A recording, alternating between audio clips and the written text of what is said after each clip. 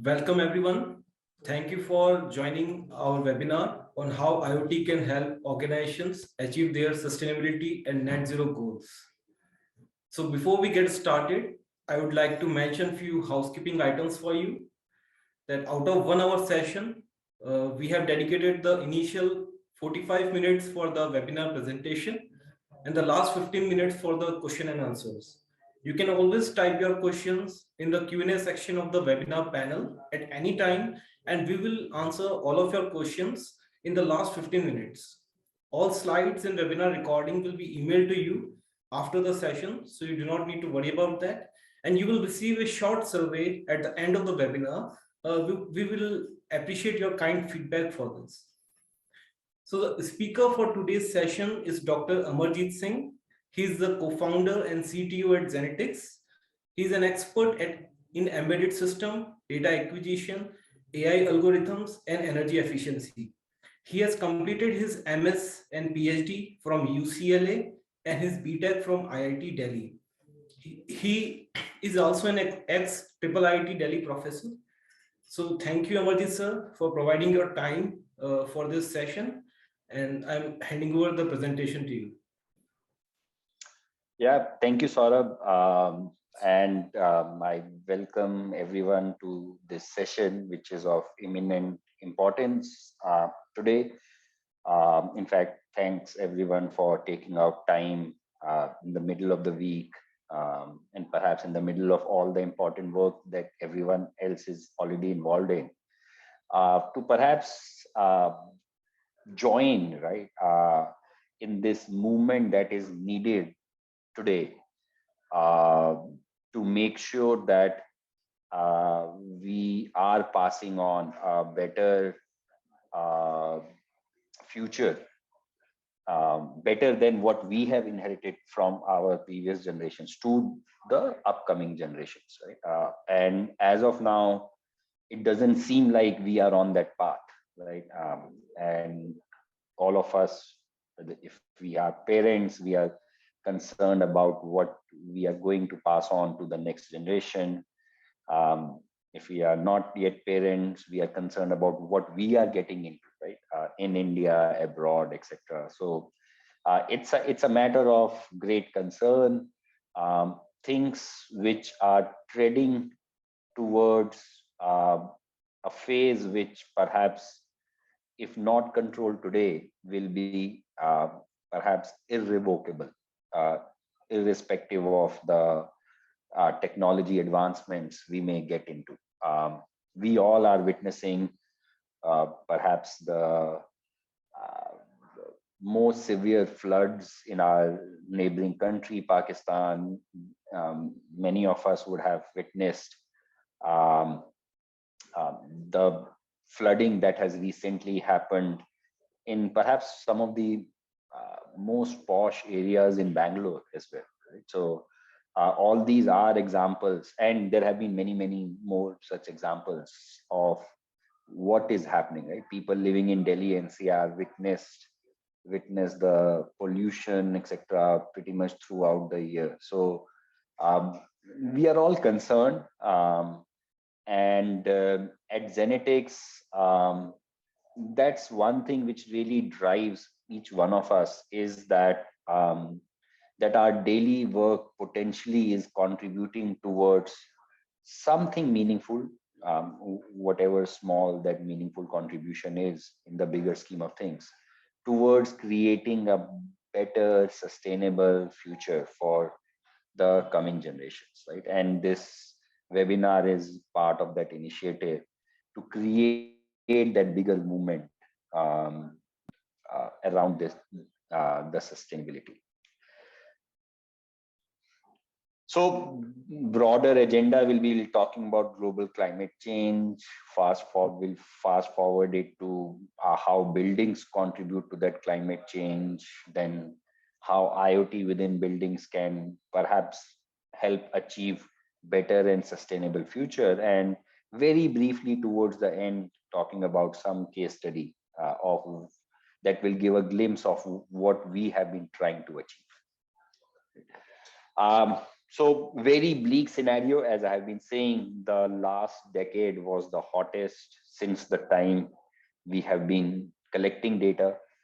We are already 1.1 degree above what could have been our state today if we were not industrialized world, right? Or if the amount of pollution that is purely man-made uh, um, wouldn't have been there over the last perhaps 4 or 5 decades.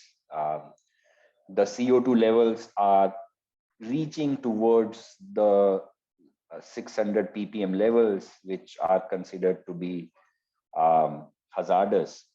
And I mean, the whole situation is so bleak that we are no more talking about reaching, even as a goal, we are no more talking about reaching the levels which would have been there perhaps without any man-made pollution, but rather saying that let's at least contain the exponential growth in the climate or exponential worsening in the climate change that is happening, and at least contain it. So even the goals are that let's contain the temperature increase to 1.5 degrees Celsius by 2050 and not let it grow as it is growing over the last decade or so. So, of course, all of us have to contribute towards that at an individual level, at a organizational level, at the national level, right?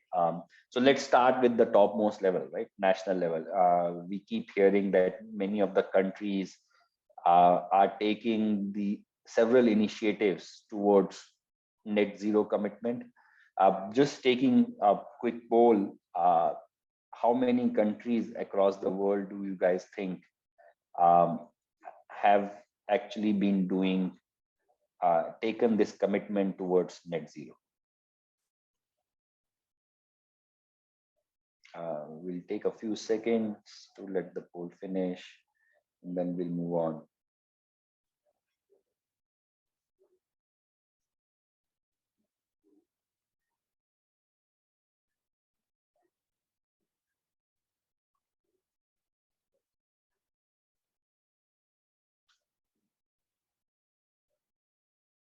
Okay, Saurabh, shall we end the poll?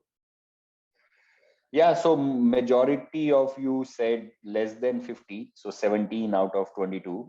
Rest said between 50 and 100.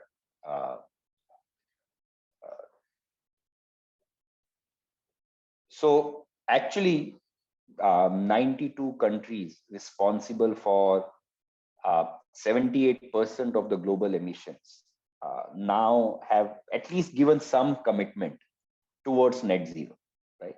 Many of these countries, so this color coding is when these countries committed to the net zero. So many of these countries have come in last year or last 2 years. And I mean, it's not that the climate change is happening over the last couple of years, but it's just that it shows that there is now greater awareness and there is greater willingness to accept that this is real and we need to do something about it.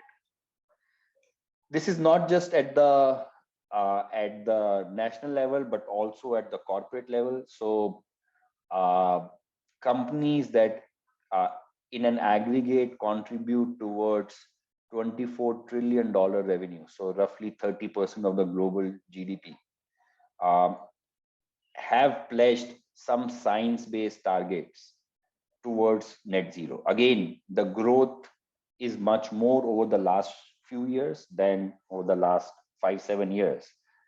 So at least we are getting on that correct path, right?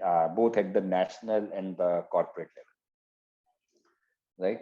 But does that really mean, are we on track to reach the net zero goals by 2050, which is essentially limiting global temperature by 1.5 degrees Celsius? Again, Saurabh, if you can start the quick poll, let's take another 30 seconds for this poll. And do people feel that with all of these countries and all of the corporates agreeing to reach some scientific levels of net zero, are we really on track or not?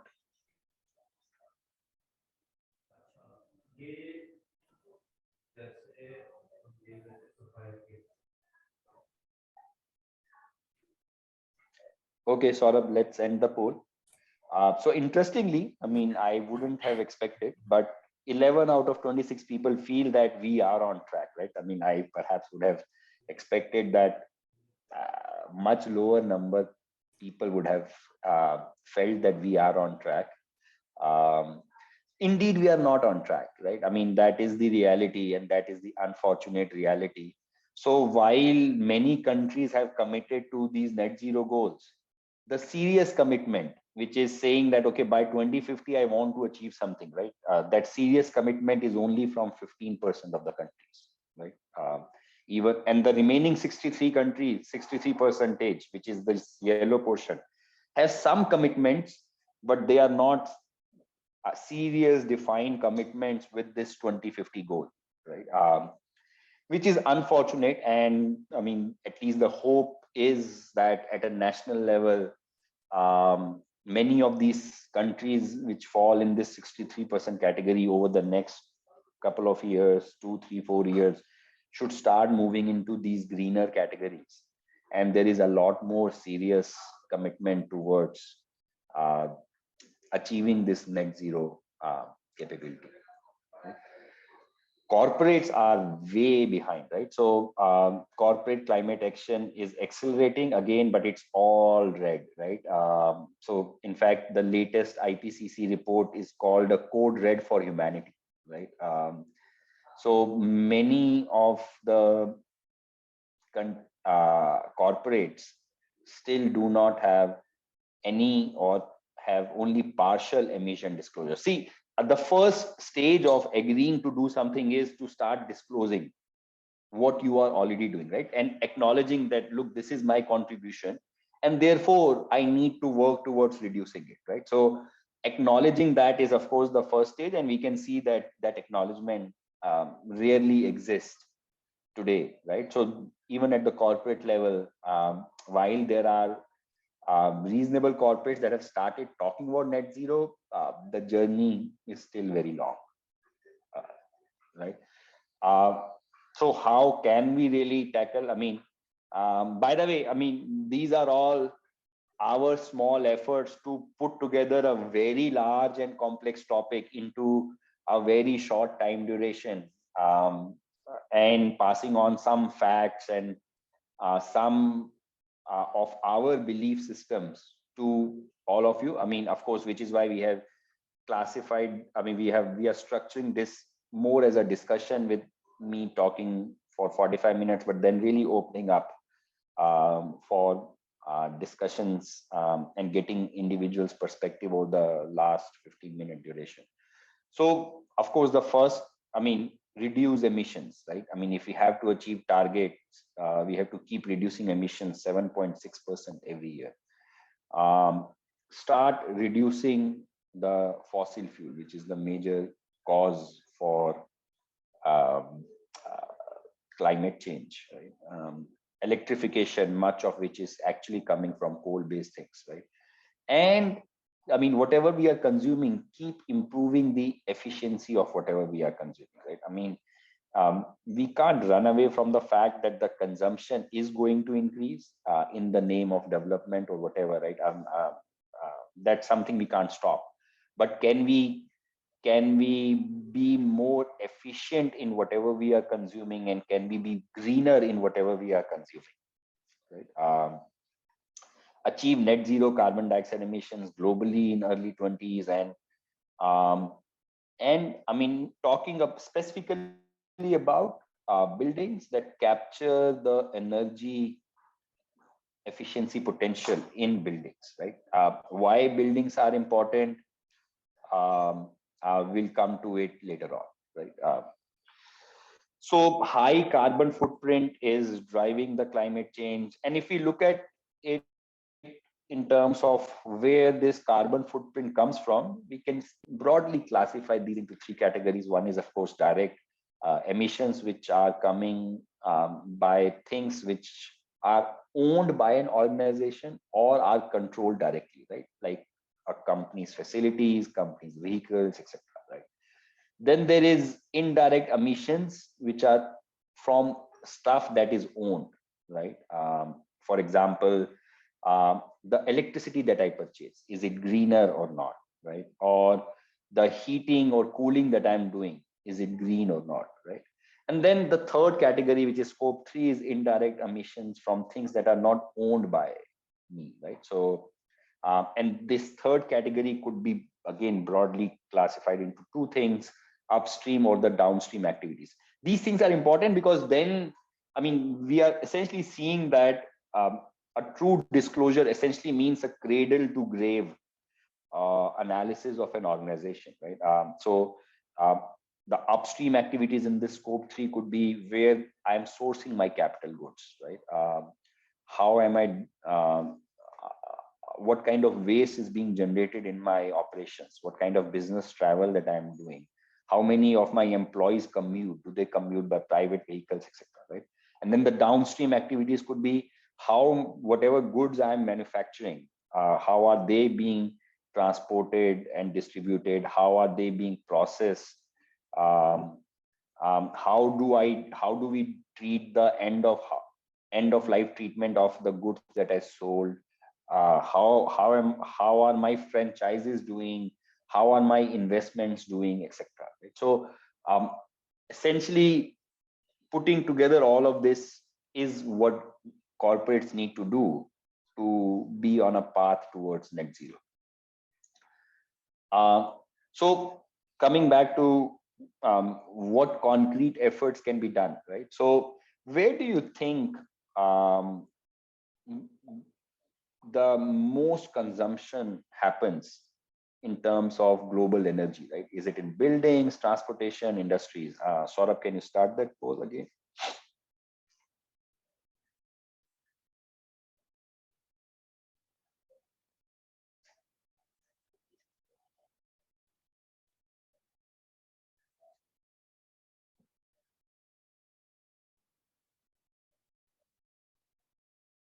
And by the way, I mean, buildings could be any building, right? Could be a home, could be an office, um, could be a hotel or a hospital.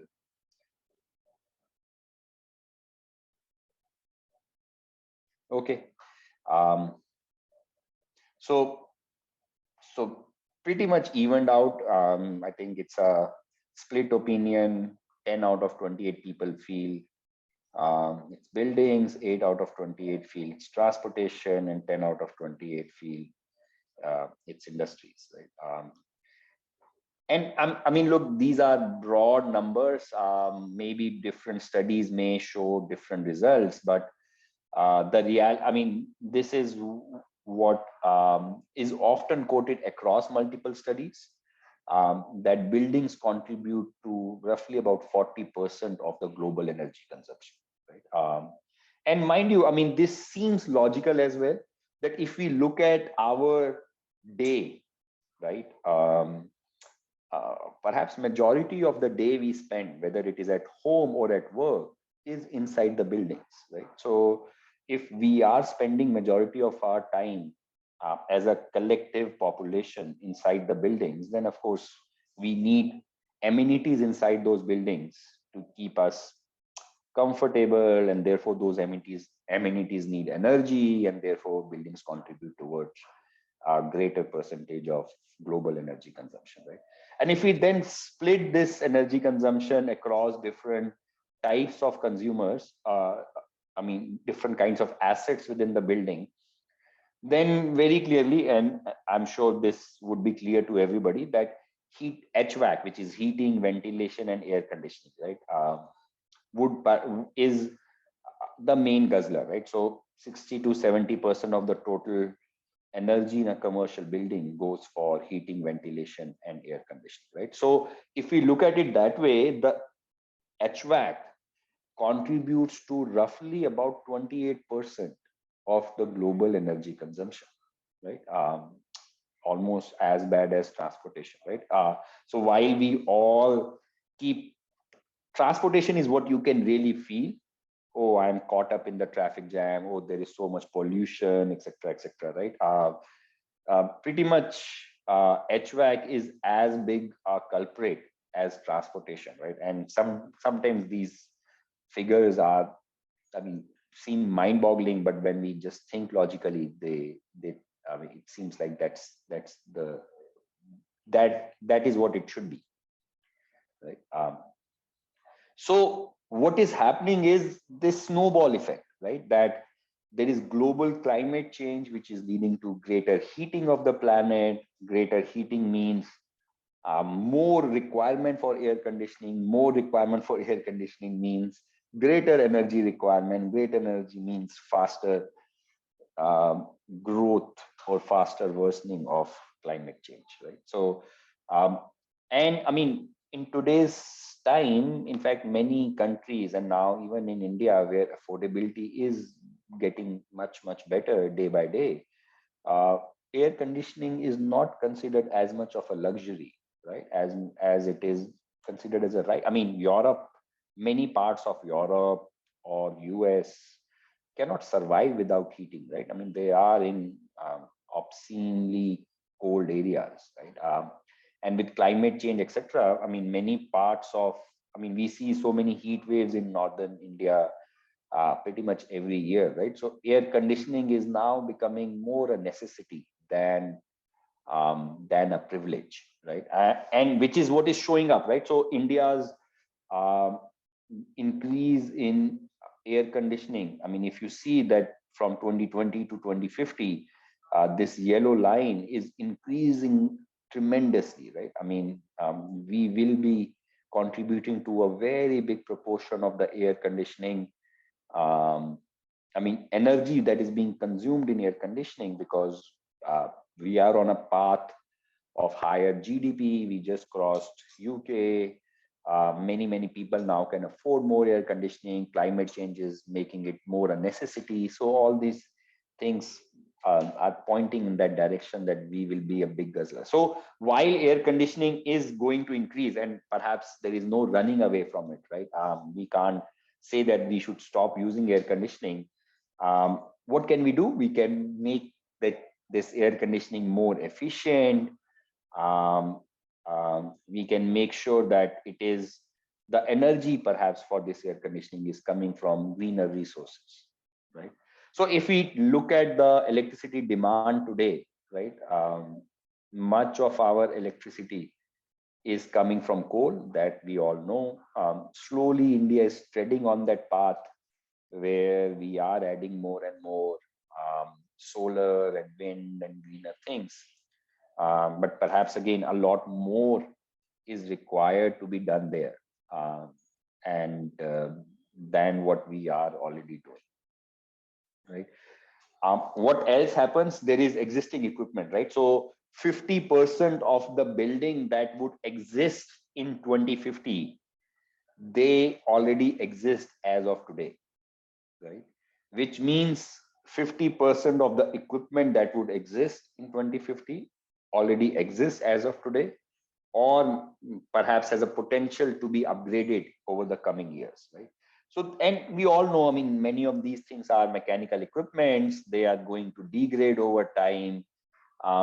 So can we identify those degradations or malfunctions from these aging equipments, do that maintenance in a timely manner, and then also do a replacement in a timely way, right? When perhaps someone can, I mean, today we don't have, I mean, if we just relate to things that that we have at a personal level, right? So many of us may have air conditioners that we have been operating for last 5-6 years, perhaps with very poor star rating, but none of us know that, look, even if that air conditioning is working properly, does it make sense to now replace that air conditioner with, let's say, a 5-star air conditioner, or a even better air conditioner, that even by investing whatever 40, 50, 60,000 per air conditioner today, just reducing the electricity bill. I mean, forget about the contributions towards climate change over the lifespan of a newer air conditioner, right? Just energy reductions or the energy bill would perhaps pay me back, right? Is that payback period 2 years, 3 years, 4 years, 5 years? Nobody knows today, right? But if someone can give you those calculations, right, and someone can very concretely, based on your historical usage, show that, look, your payback period is 3 years, right? Perhaps many of us would be tilted towards taking that decision that, yes, let's just go ahead and replace our air conditioners, even though they are in a working state. Again, at what temperatures do we run our ACs, right? Again, the misconception often is that if I set my temperature to 18 degrees Celsius, the room will cool down faster, right? This set temperature is for the return air temperature, which is essentially coming back from the room, and not the supply air temperature, which is being thrown into the room.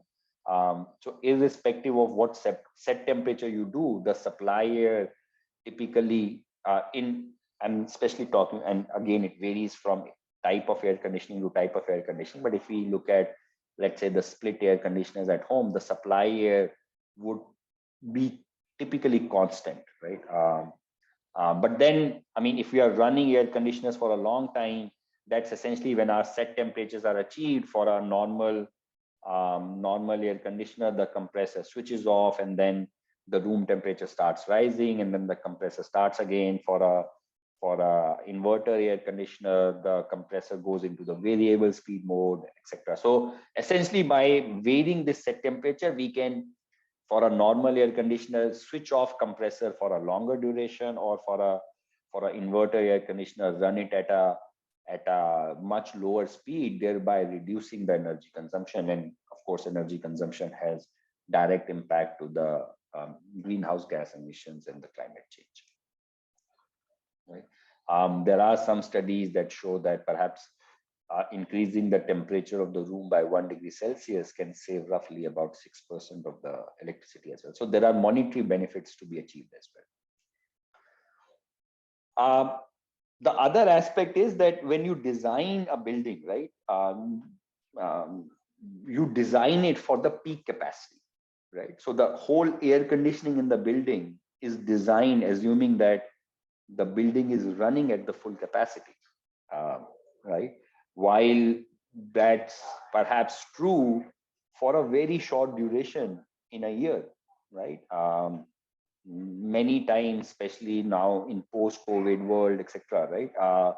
Buildings occupancy is varying throughout the day, over different days of the week, over different seasons, etc., right? And so it's not just occupancy, but the weather outside, etc., right? So again, you are designing the air conditioning requirement for the peak requirement, be it occupancy, be it external weather conditions, etc.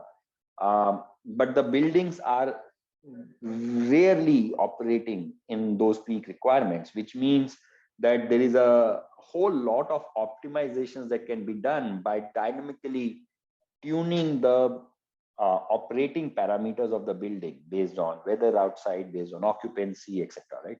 And how do you dynamically tune it? If you are collecting real-time data, and if you are doing some processing on that data to then do real-time controls also, right? Which are possible through these IoT, or what is called as Internet of Things based technologies.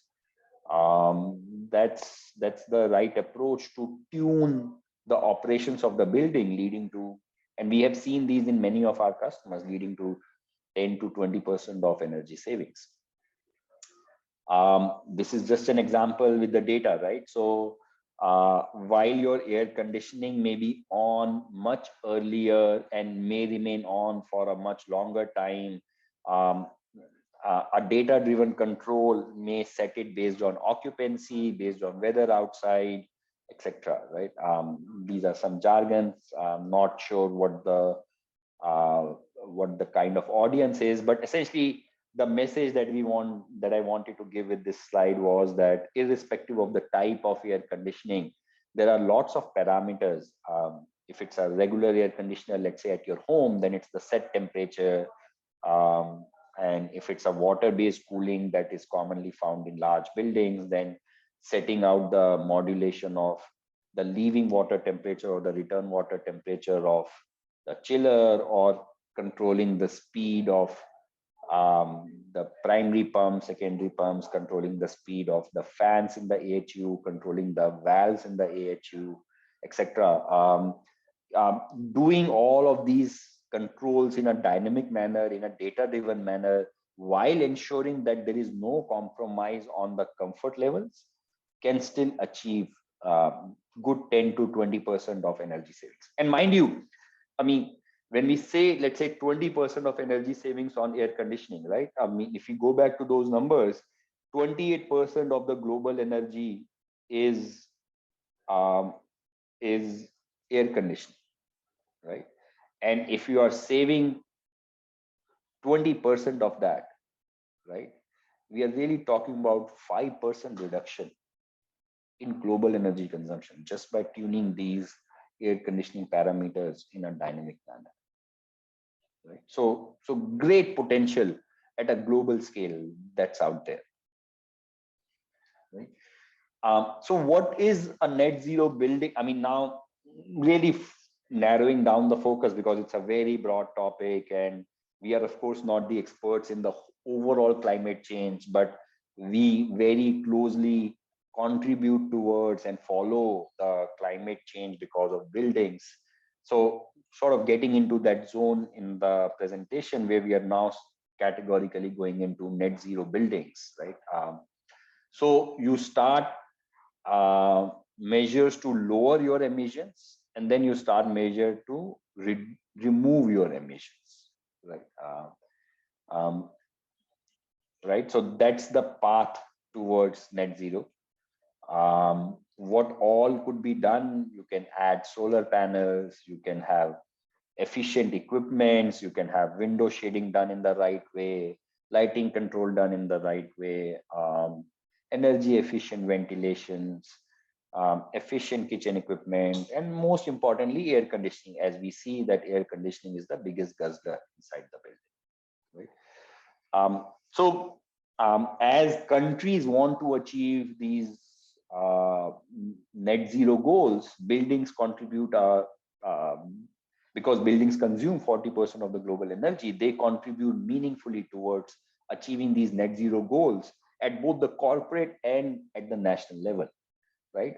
So across the countries, there are lots of building energy codes and regulations that are coming in, which are saying that here is a guideline. If you build your building in a certain way, if you use the material which is more efficient, if you operate the building in a certain way, you can get your building certified as silver, gold, platinum, blah, blah, blah. But essentially what it is translating into is that we all are doing our small bit for the sustainable future, or to achieve that 1.5 degrees Celsius limit by 2050.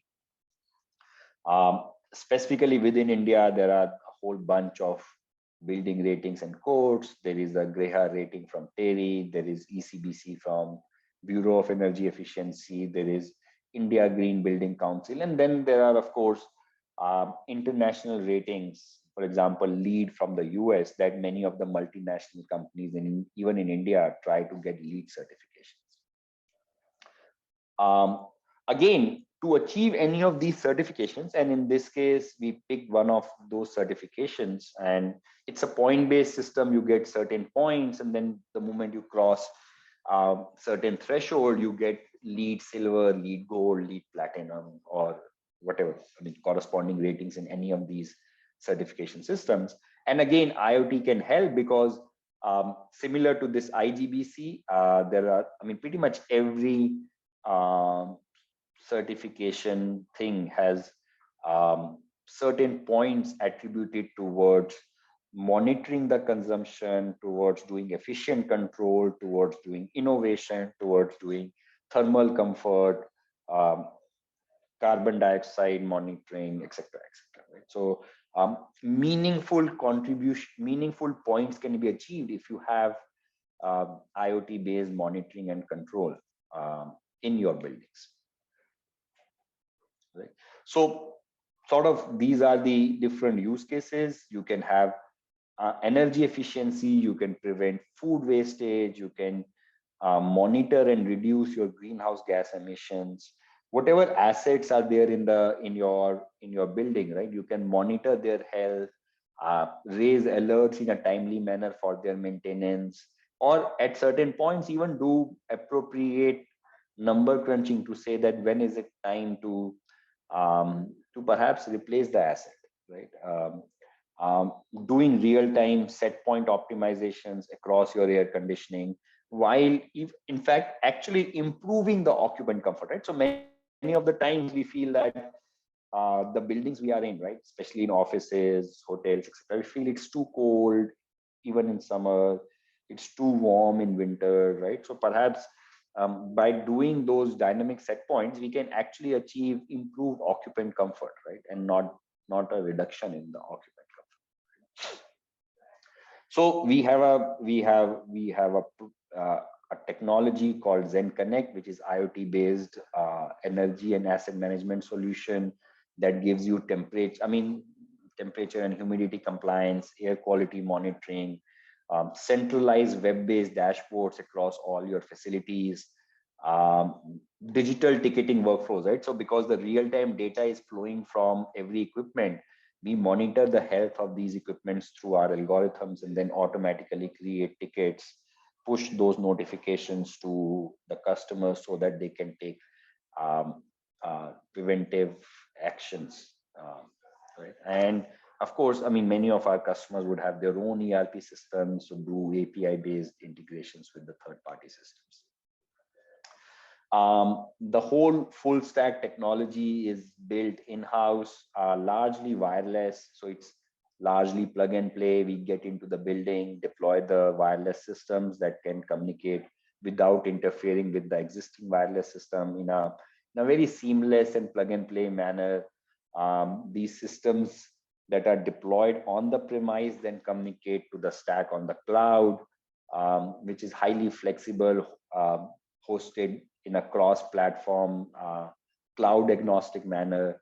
And the whole system is super easy to deploy, manage, etc., right? And which is what has resulted in tremendous growth, and which is wherein a customer who would have multiple buildings, once they taste it at one building, scaling it across hundreds of their buildings becomes a very, very quick process for us to roll out.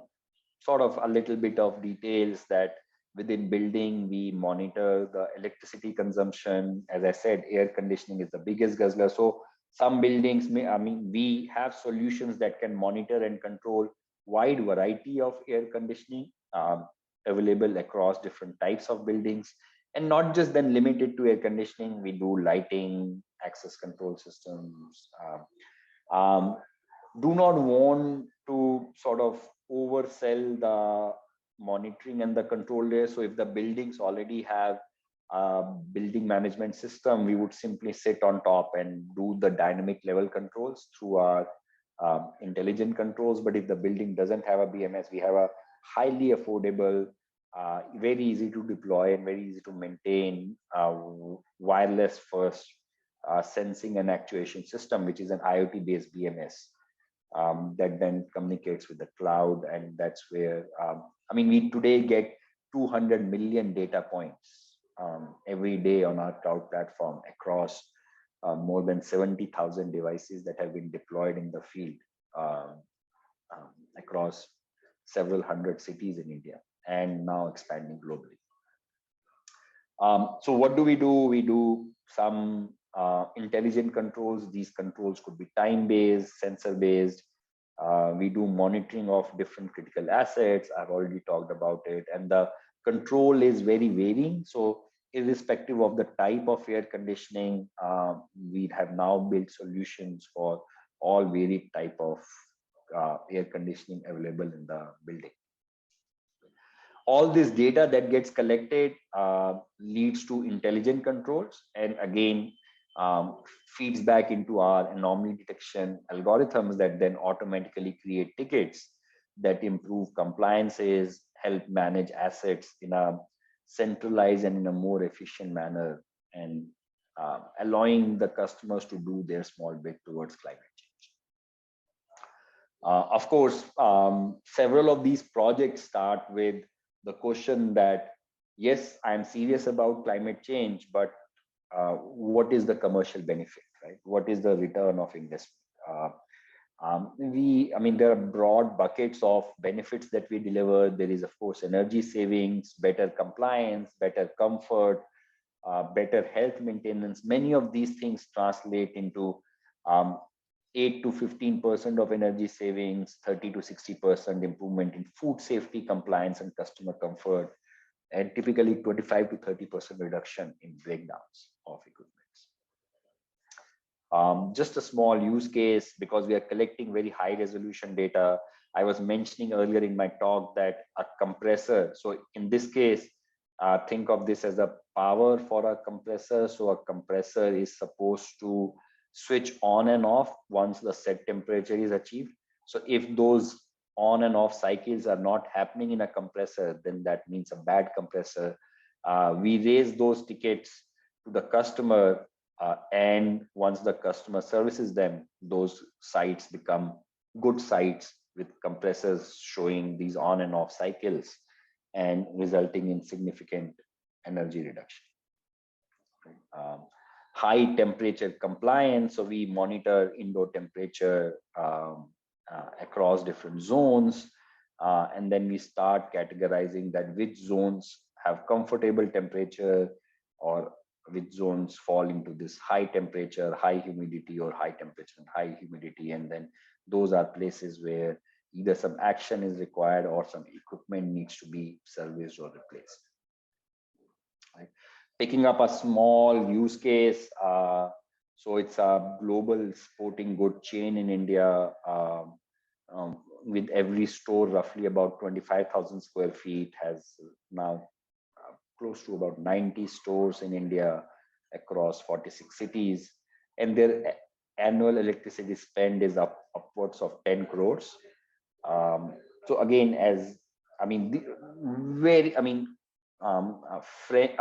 European chain. So we all know Europeans are perhaps the most progressive when it comes to climate change. So very, very progressive. They very clearly monitor how much of their monthly consumption is coming from diesel generators, how much is coming from grid, translate that into CO2, and then effectively at an organizational level start seeing that, okay, how much of CO2 direct, indirect emissions I'm contributing to, and how can I set it off to achieve my net zero targets, right? So while they are on that goal to achieve that net zero,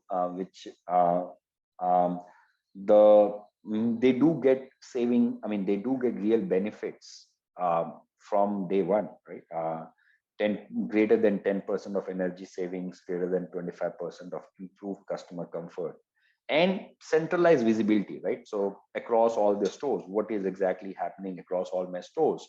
Now I really know minute by minute, hour by hour across all stores across these 46 cities. Just a quick about Zenatix. We provide IoT-based automation. Sustainability is what really drives many of us at a personal level at Zenatix, and we are very, very passionate about it. Funded by large corporates, have grown tremendously over the years, and on the back of the love of our customers, right? Many of whom are really serious about sustainability, perhaps even more serious than us, right? And have internally championed these climate change and sustainability goals, which has led to us doing our small bit in whatever large goals that they have set for themselves, right? At a broader organization. So I'll stop here. We'll start taking Q&As. So the earliest question is, will the slides be shared? The whole video recording, in fact, will be shared later. So all of you will get a recording. HVACs come from multiple vendors and over multiple generations. Should an IoT platform include aggregating all HVAC integrations? Very true, right? I think that is what we see, that even at one instant of time, right? So if you see that, look, for a chain, right, there may be some stores that are in a mall, some stores which are high street. In a mall store, there is a centralized cooling. High street, it's a different cooling. Now, maybe a high street store in Delhi, they may be procuring air conditioning from Voltas, and that air conditioning, because of the way that high street store is, has to be a split air conditioner, while a store in Bangalore, air conditioning is procured from another company. And because of the way that store was built, and many of the times these are lease properties, that's a ductable air conditioning. So even within a single customer, right, we typically see wide variety of air conditionings being deployed across the stores, and that is why we have built different types of monitoring and controls across different types of air conditioning found across these stores. Very good question around how do you quantify energy savings, right? Let's divide this savings into two types of savings. One you can achieve by, let's say, replacing your very inefficient equipment with a very efficient equipment, right? That requires capital investment upfront, which will pay back, and typically may have a payback period of anywhere from 3 to 7 years.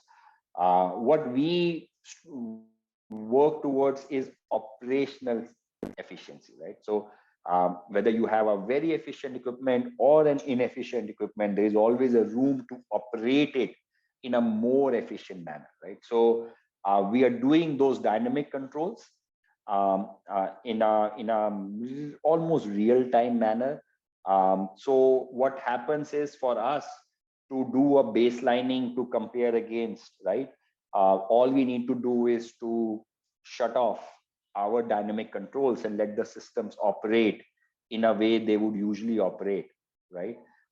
Collect data for 1 day, 2 days, multiple days, etc., right? And then introduce our dynamic control, collect data over a similar time duration, do a before-after analysis, and effectively people do see the real reductions in their electricity bills as well. So it's not just a theoretical calculation.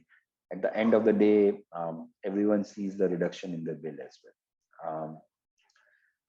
Do we provide gateways which can be customized as per our requirements? Well, we would need to know what your custom requirements are. Feel free to write to us. We'll be happy to understand what your specific requirements are. Air quality monitoring, very important. What we have started now doing is, and again, depending on the appetite of different customers. So in some cases, only put in CO2 monitors, in some cases, extended to CO2 plus PM level monitors. In some cases, extend that to even saying that, okay, when these things change, dynamically control the ventilation, right? So how much of my fresh air should come from outside, how much of the cool air I keep circulating within, right? I keep changing that, not just based on the temperature, which is what is typically done in an air conditioning, but also based on the CO2 or the PM levels inside the building. Minimum store size for which this makes sense. I think that is the beauty. And in fact, let me elaborate that on that point a little bit. And very good question.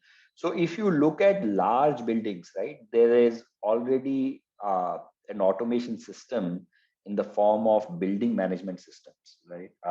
That come in for these large buildings, right? While the penetration of a building management system or a BMS is very low in India, even in large buildings, perhaps less than 5%. But when we go to more developed economies, more than 50% of the square footage of large buildings is under a BMS, right? But if we look at small and mid-sized buildings, right? Let's say buildings that are less than 100,000 square feet. So anywhere from 5,000 square feet to 100,000 square feet, or maybe even smaller, right? 3,000, 3,500 square feet to 100,000 square feet building. A building management system doesn't make sense. We have done some webinars comparing a BMS and an IoT-based BMS in the past. So please feel free to go back to some of those webinars, why it doesn't make sense, etc. It's just the affordability and the ROI just doesn't make sense at those building size levels. So, and even in developed countries, when you go to countries like US, less than 2% of these small and medium buildings have an automation system, because it just doesn't make sense from the cost perspective. And that is what governments are realizing. So many of the recent regulations that are coming in Europe or in some of the progressive states or cities in the US, for example, New York City or in California state, are sort of saying that we want automation to be part of even these small and medium buildings. And that is what we are targeting with our IoT-based system. So we have actually built a wireless bottom-up solution, which was built for these small buildings, but can also be deployed in a large building, because essentially for a large, we think of large building as tens of zones within a building, which are just co-located at one physical location, and each zone can potentially be served as an individual smaller subset of a building, right? And the notion of the building just comes together in the cloud.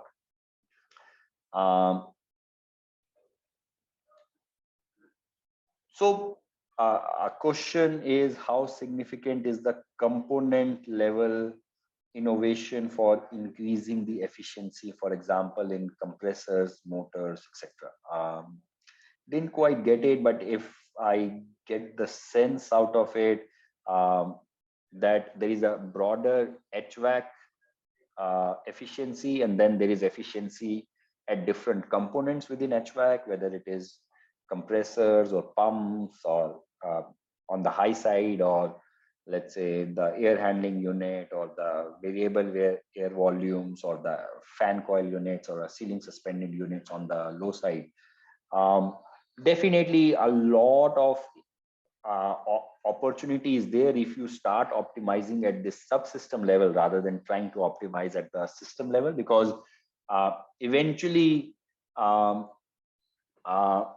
if you try to optimize at a system level, you can only achieve certain level of efficiency. But if you optimize individual subsystems, right, squeeze out whatever efficiency is possible from each of these subsystems, then overall system automatically gets optimized. Is there a case of earning carbon credits when implementing IoT-based solutions with green energy, like solar panel powered IoT sensors driving up? I'm not really sure about the carbon credit market and how that's evolving. We haven't really been tracking it. You can surely get points for getting your building certified under the ratings, and we sort of gave a slide around one of those IGBC ratings and how IoT-based technologies can contribute. But yeah, a good question, something perhaps that we should look into, that how these carbon credits are evolving, and how much of the benefits can be achieved in that sense from an IoT-based automation system. How easy it is to onboard a merchant building? Super easy. It's a wireless first, completely plug and play. In fact, that has been our journey as well. In the early days of Zenatix, we used to deploy and maintain the systems ourselves. But over the past several years, we have started moving towards third-party system contractors, and even within those organizations, people come and go. So very basic training, some video-based tutorials, and all of our international expansions that we have been doing recently is all via channel partners, third party. So very easy to onboard not just the end customer, but also onboard channel partners who can then execute across different geographies in a meaningful way, and very, very quickly. Um, we expanded into Middle East last year and have started doing some pilot expansions into Southeast Asia. Are in dialogues with doing some of pilots in the Europe and the US as well. So there are intentions to now expand globally, particularly targeting the regulations that are coming in Europe and US as a great opportunity to sort of expand um, uh, the contribution, right? So what really gets us uh, give us a kick is that the more we expand, the more we are contributing towards meaningful and sustainable future. So really are um, really are pumped up to do this global expansion beyond India. I guess we have exhausted the questions. We are nearing the end of scheduled time as well. Really appreciate everyone's time. I know how busy everyone is. Taking out 1 hour from your busy life is, I mean, we are thankful for to all of you for doing that. But what let this talk not just be a talk. We all come, we all agree that there is climate change happening, and then we go away.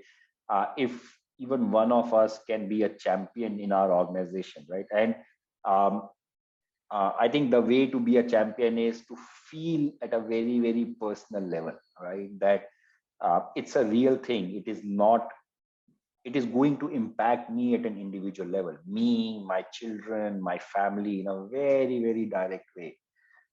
So even if it's a small thing, but whatever small iota that I can do, I should step up and do whatever little I can do, because all those little drops will amount eventually to an ocean, right? So be the change that you wish to see in the world, and be that champion towards minimizing the climate change and contributing towards a sustainable future for the coming generations. I'll stop with that. Thank you, everyone. Always available for further detailed discussions. Please do feel free to write to me. Happy to then get on a call or meet people. This is a topic that really personally drives me as well, and that really was a personal motivator to, in fact, start Zenatix about 9 years ago. So really passionate about sustainable future and how technology can contribute towards that sustainable future in a meaningful way. Thank you. Have a great evening. Yeah, bye.